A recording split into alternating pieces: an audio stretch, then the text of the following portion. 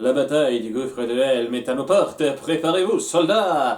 C'est une fin en action, c'est sûr, se pressentait clairement.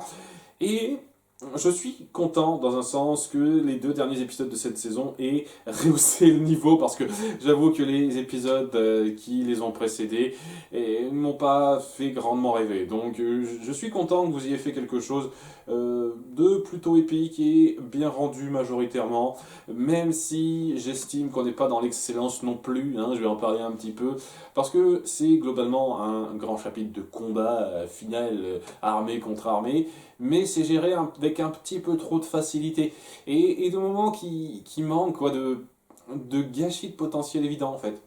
Il y a pas mal d'occasions manquées là-dedans qui sont très dommageables, qui seront peut-être rattrapées plus tard, mais c'est très dommageable sur le coup.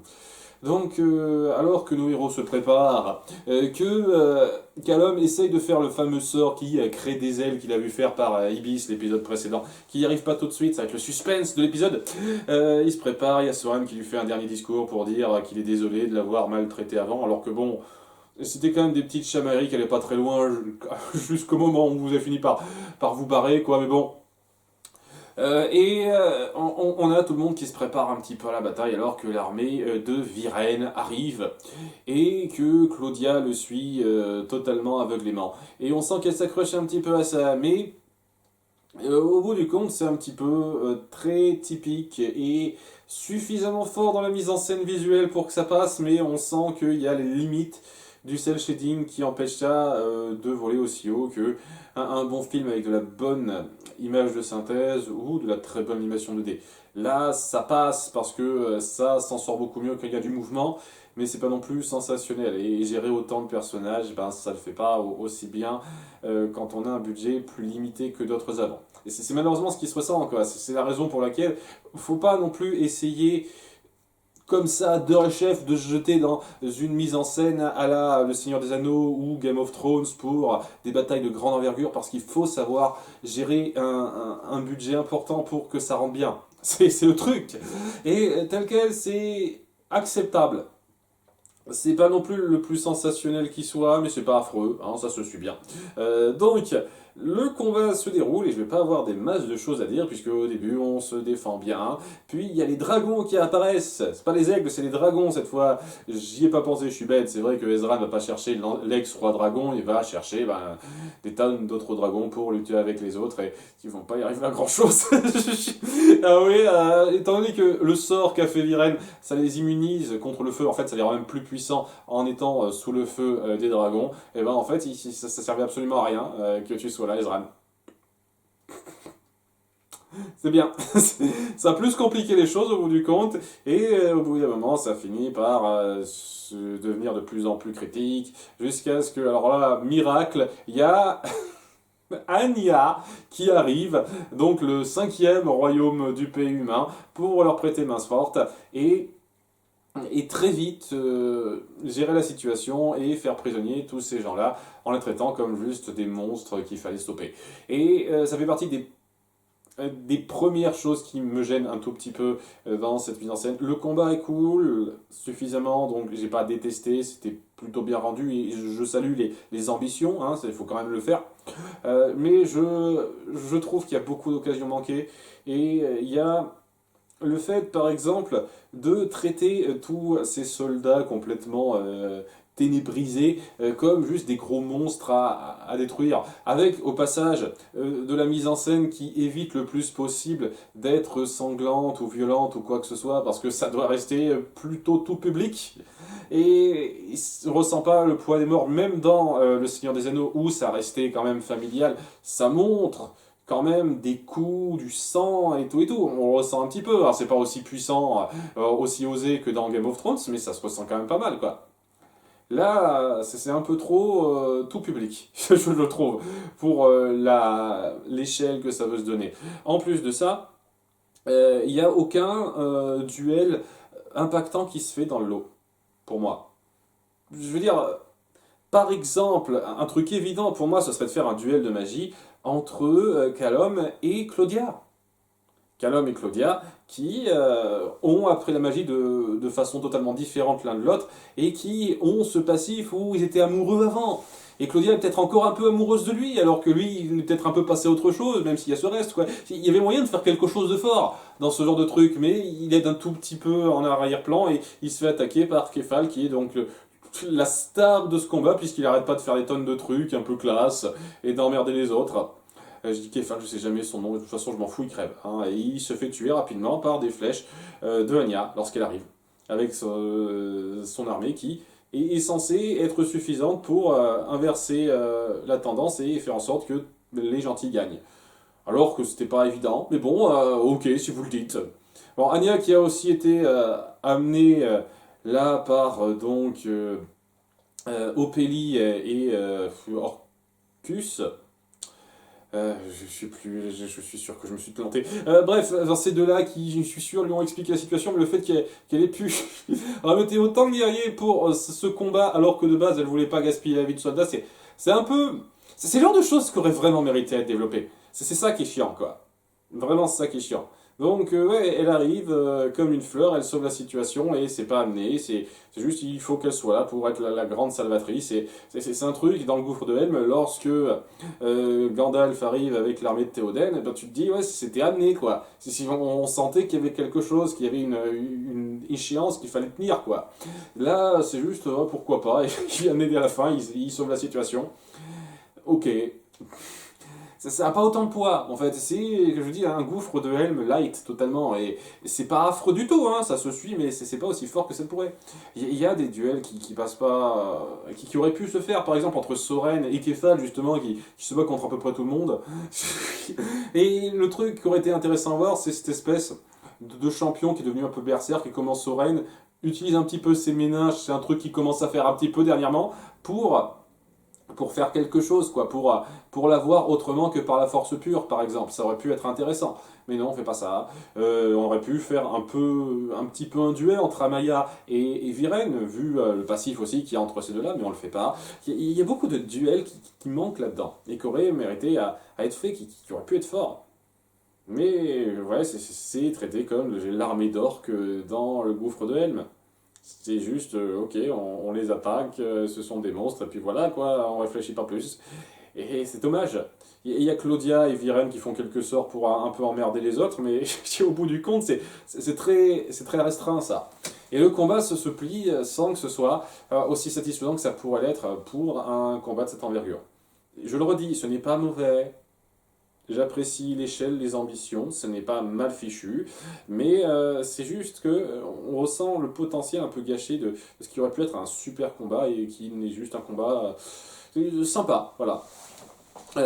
Enfin bref, après ça, il y a tout le monde qui pense ses plaies, les soldats qui sont toujours éthérés, qui sont capturés, et qu'on traite vraiment comme du bétail presque, alors que ce sont des victimes qui se sont fait manipuler. Je rappelle, hein, on ne met pas encore ça au clair, mais vous vous êtes fait manipuler, et vous avez cru que vous deviez avoir la haine contre une race qui ne vous a techniquement rien fait. Est-ce qu'on va tacler ça? J'espère qu'on le fera par la suite, parce que c'est quelque chose qui aurait mérité d'être vraiment développé, ça aussi. Tout comme, je sais pas, la relation entre Amaya et Janaï, qui sont presque petites copines maintenant. Donc, elles se tiennent la main à la fin. Je veux dire, est-ce qu'on est censé comprendre qu'il y a un truc entre eux? Je sais pas trop. Cette relation amicale, peut-être plus, aurait mérité d'être davantage développée, et je trouve qu'on fait un peu trop le minimum. C'est franchement dommage. Mais néanmoins, après ce combat, alors que tout le monde pense ses plaies et que les elfes, les humains se félicitent d'avoir œuvré ensemble pour lutter contre cette menace, en mode c'est bon, les rancœurs du passé ne sont plus là de deux, on s'en fout, ça n'a jamais été là apparemment. Donc Viren avait juste totalement halluciné à un conflit qui n'existait pas, apparemment. C'est comme ça que c'est montré, quoi. Il y a Ezran qui voit l'ombre de Claudia essaye de la suivre, mais elle l'amène vers un piège, vers Viren qui s'apprête à lui planter le ventre, ou plutôt le cœur, avec son bâton. Mais c'est là que Soren intervient en disant non père, vous ne pouvez pas faire ça, c'est lui le vrai roi, je vous en empêcherai. Et c'est là que Claudia commence un tout petit peu à me gêner. Le truc avec Claudia, c'est on sent vraiment qu'elle s'accroche. Elle s'accroche à l'idée de famille qu'elle forge avec son père, quitte à laisser tomber Soren, et je ne comprends pas ce qui l'amène à aller jusqu'à cet extrême-là, en fait. Je trouve que ça manque de moments forts pour me faire comprendre, me faire accepter totalement que elle est prête à accepter toutes les atrocités que son père fait, les trucs assez impies et très discutables qu'il fait. Et surtout qu'on l'a vu à plusieurs moments faire preuve d'empathie envers Ezran, envers Callum, et maintenant elle est en mode je m'en fous royalement, je suis mon père jusqu'au bout parce que c'est la seule tâche qui me reste, au bout du compte les autres m'ont trahi, je sais pas quoi, et c'est quelque chose qui n'est pas vraiment développé. Et le fait qu'elle soit prête à défendre son père, même si c'est une illusion, on va en parler de ça, qu'elle soit prête à défendre son père alors qu'il s'apprête lui-même à tuer Ezran, je trouve que c'est fort de café. Je veux dire, ça ne te gêne pas, ce contexte-là. Vraiment. Oh, ok. On peut dire qu'elle joue la comédie, on va dire qu'elle joue la comédie, hein, pour ne pas non plus trop que ça aille loin, mais... Le truc, c'est que lorsque Soren finit par se décider à planter son père d'un geste automatique, alors que ça le déstabilise pas mal, il voit que ce n'était qu'une illusion pour faire diversion. Et je pose une question toute con. Ça servait à quoi de faire cette illusion, hein? Je veux dire, personne ne fouille où est Viren, et le seul moment où il se montre, c'est pour tuer rapidement Ezran et se faire dévoiler. Donc cette diversion, elle n'a pas vraiment aidé grand-chose. En fait, elle a plutôt aidé Ezran à savoir ce qui se passait, même s'il n'a rien fait. Enfin, je sais pas, il a essayé de rejoindre le coin, parce que on l'a pas vu faire grand-chose, en fait. Est-ce qu'il a averti Callum? J'ai pas souvenir, parce que Callum... finira par faire quelque chose, mais bon, bref. C'était une diversion parce que, au nez et à la barbe de tout le monde, il a réussi à se faufiler sur la montagne à grimper sans se faire voir du tout par personne. J'imagine qu'il avait un sort de camouflage optique. On va dire que c'est ça, on va partir de ce principe-là. Et donc, à cause de ça, il s'attaque au dragon, à Azim. Parce que Ezran le voit dans sa tête, parce qu'il y a toujours cette connexion, ce qui ne sert à rien sur le coup. Et voilà, Rayla essaye de se défendre un peu. Trapat essaye d'aider un petit peu, ce qui est mignon, j'apprécie. Au bout d'un moment, il se barre un petit peu. Il va sur le grand sommet, près du grand précipice, de je sais pas combien de kilomètres, ça dure des plombes, la chute qu'il y aura. Et il commence à lancer son sort pour aspirer sa force vitale, comme lui a appris Aravos. Hein, il connaît des tonnes de sorts Aravos. Et alors que tout semble mal se passer, que Rayla essaye d'intervenir une dernière fois, elle est un petit peu bloquée par la magie de Viren, qui est quand même très puissant, et perd ses lames. Et en lui faisant perdre ses lames, il s'est dit, Viren, c'est bon, elle va plus rien essayer de me faire. Je vais plus du tout essayer de la bloquer ou quoi que ce soit. Et c'est incroyable, elle se jette sur lui sans ses lames. Waouh, c'est incroyable, j'aurais pas pensé qu'elle puisse faire ça. Hein. Et en plus de ça, elle se jette sur lui pour le pousser dans le vide avec elle, quoi, se jeter dans le vide avec lui.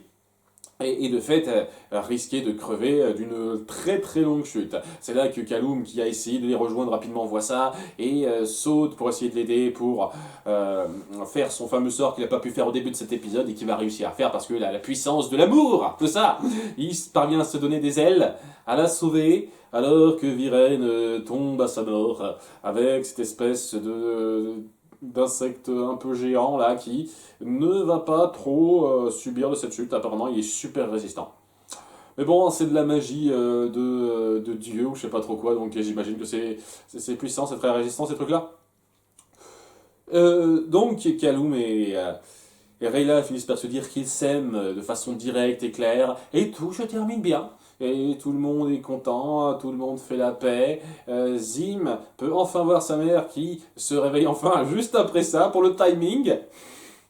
En disant « Oh, que se passe-t-il? Je vois mon fils et les humains et les elfes qui sont main dans la main.